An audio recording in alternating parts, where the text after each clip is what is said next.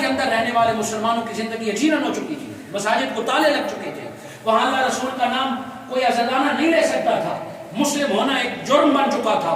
Doctor Tahir al-Qadri پوری دنیا کی مصروفیات چھوڑ کے وہاں گئے اور 4 سال تک یہ کیس لڑتے رہے،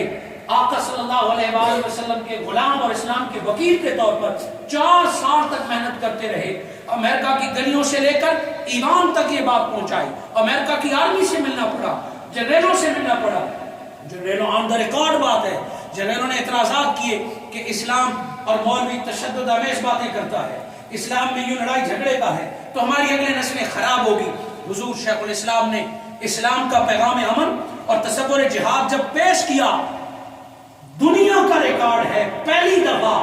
امریکہ کے سٹنگ جنرلوں نے اٹھ کے ڈاکٹر صاحب کو سلام پیش کیا کہ آج تک ہمیں اسلام کا یہ پہلو کسی نے بتایا نہیں تھا۔ اسلام بطور پیغام امن کے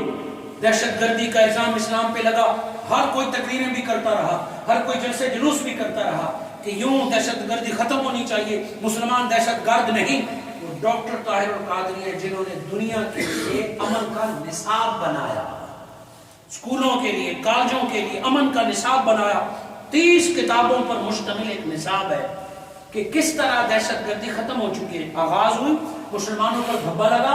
اور اب پوری دنیا اس کا شکار ہے، کس طرح دہشت گردی ختم ہو سکتی ہے۔ دہشت گردی تب ختم ہوتی ہے جب دل میں امن آتا ہے، اور جس دل میں امن آ جائے وہ بندہ ایمان والا ہو جاتا ہے، اور جو دوسروں کو سلامتی کا پیغام دے وہ مسلمان ہو جاتا ہے۔ ڈاکٹر محمد طاہر القادری نے اسلام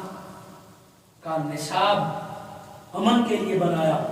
کئی زبانوں میں اسے پوری دنیا میں تسلیم کیا، جیسے دہشت گردی کے خلاف فتویٰ دیا تھا، اس امن کے پیغام کو دنیا کی کئی زبانوں میں اس وقت ترجمہ کیا جا چکا ہے۔ اور تو اور ہندوستان، بھارت جیسا ملک جو پاکستان کا نام سنتے ہی سیخ پا ہو جاتا ہے، مجبور ہو کے ڈاکٹر طاہر القادری کا بنایا ہوا نصاب اپنے اسکولوں اور مدارس میں نافذ کرنے کا حکم جاری کر دیا۔